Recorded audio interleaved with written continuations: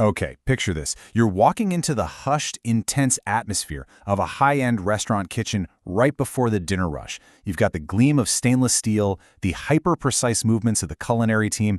Well, welcome to today's Explainer, where we're going to do a cinematic culinary deconstruction of a true five-star classic. We aren't just, reading off a recipe today. We're literally breaking down the architecture of a masterpiece, creamy garlic chicken. Okay, let's dive into this, because wow, that is a massive guarantee. It really sets a dramatic tone for us. We aren't just putting food on a plate here. We are aiming for a life-altering culinary experience. So, to backdrop for today, a luxurious, high-stakes environment where absolute perfection was just the daily standard. And what's super fascinating about any classic is watching how it weathers time.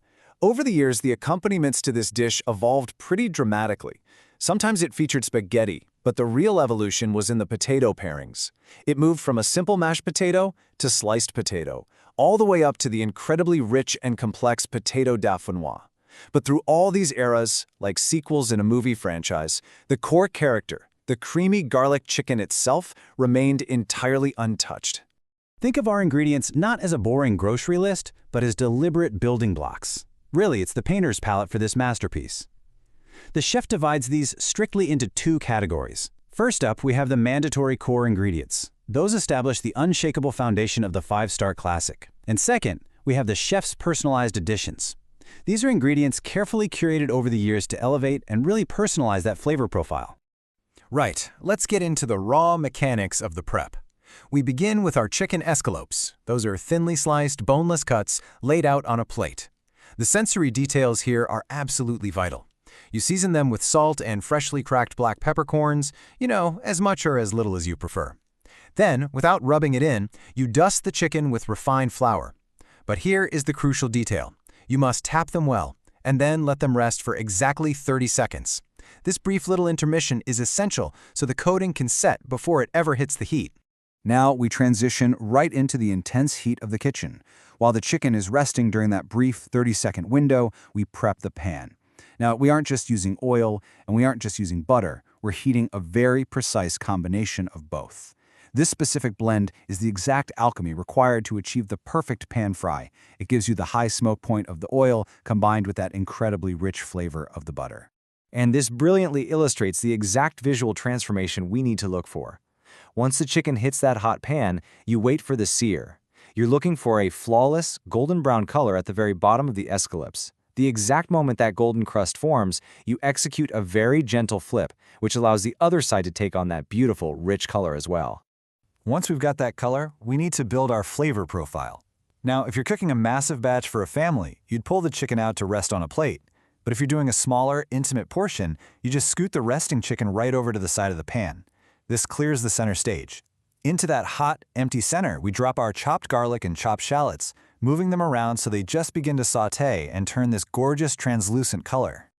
To make sure this aromatic base breaks down and cooks faster, we introduce a catalyst. The remaining amount of butter goes right into the center, along with a very delicate touch of salt.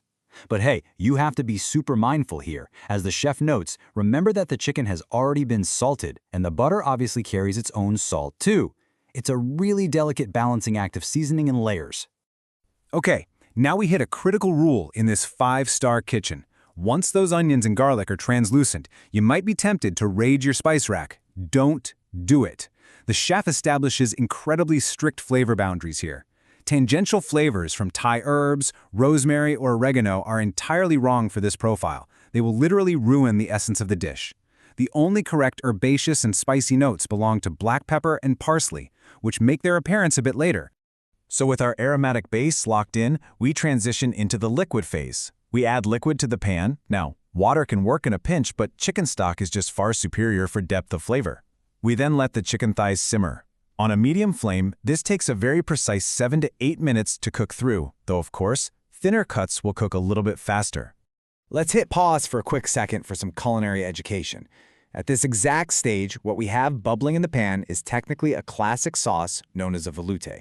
By definition, a velouté is formed when a stock is slightly thickened with a roux or thickening agent, which in our case is the refined flour that we dusted the chicken with. Honestly, if you are a cook who isn't a fan of dairy, you could technically yell "cut" and stop this explainer right here. You already have a complete, brilliant dish. Now, what's really interesting about this slide is this is where we push past that classic velouté into pure luxury. The dish is called creamy garlic chicken, after all. So we bring in the dairy, we add heavy cream to the pan, stirring it into the stock, and then follow it up with Parmesan cheese. This is where the real magic, the alchemy, happens, transforming that sauce into a rich, velvety coating. To expertly marry all of these rich, creamy elements together, the pan needs one final polish. We bring the entire mixture up to a quick, rapid boil. We're literally only talking about 30 to 40 seconds here. That's just enough time for the heat to bind the cream, the cheese, the stock, and the aromatics into a single, cohesive, glossy sauce that perfectly hugs the chicken. Right before switching the flame off completely, we apply our final visual and textural garnishes. A sprinkle of finely chopped curled parsley brings a fantastic pop of fresh, vibrant green against the rich sauce. And if you like a little heat, a final dusting of freshly cracked black pepper. Oh, and a really great pro tip from the chef here. If you don't have Parmesan on hand, you can just grate in whatever cheese you prefer to finish it off. So, the strict rules and the precise alchemy of a true luxury dish.